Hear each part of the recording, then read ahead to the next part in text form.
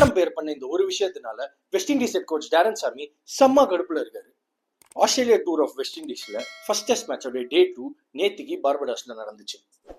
57-4ன்ற over night ஸ்கோர்ல இருந்து தொடங்கினாங்க West Indies. Debutant Brandon King Hazlewood போட்ட உள்ள வர பால மிஸ்ஜட்ஜ் பண்ணி போல்ட் ஆகிறாரு.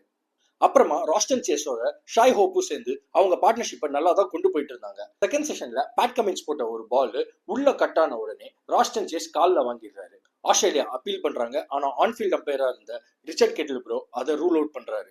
ஆஸ்திரேலியாவும் டிஆர்எஸ் எடுக்கிறாங்க.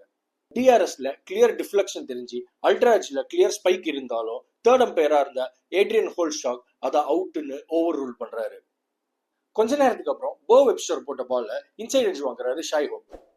பாலையும் wicket keeper carry பிடிச்சிடுறாரு.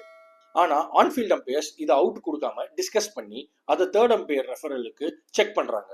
Third அம்பையரான Adrian ஹோல்ஸ்டாக் ஒரு 3-4 ரீப்ளேவை திரும்ப பார்த்துட்டு அதை அவுட்னு ரூல் பண்றாரு. ஆனா ரீப்ளேல பார்க்கும்போது பால் கிரவுண்ட் ஆனது கிளியரா தெரியுது. இதனால வெஸ்ட் இண்டீஸ் மறுபடியும் கொலாப்ஸ் ஆகி 119 ஸ்கோர் வித் லீட் ஆஃப் 10 ரன்ஸ்ல ஆல் அவுட் ஆகுறாங்க. செகண்ட் இன்னிங்ஸ் ஆட வந்த ஆஸ்திரேலியாவுக்கும் பேட்டிங் ஈஸியா இல்ல. வெஸ்ட் இண்டீஸ் போலர்ஸ் நல்லா போட்டதுனால டக்குன்னு விக்கெட் விழ ஆரம்பிச்சிருச்சு. 92-4ன்ற ஸ்கோரோட டே 2 முடிக்கிறாங்க ஆஸ்திரேலியா. இந்த low scoring fast paced match எந்த பக்கம் போகும்னு கணிக்கவே முடியல. நீங்க யார் ஜெயிப்பாங்கன்னு கமெண்ட்ஸ்ல சொல்லுங்க.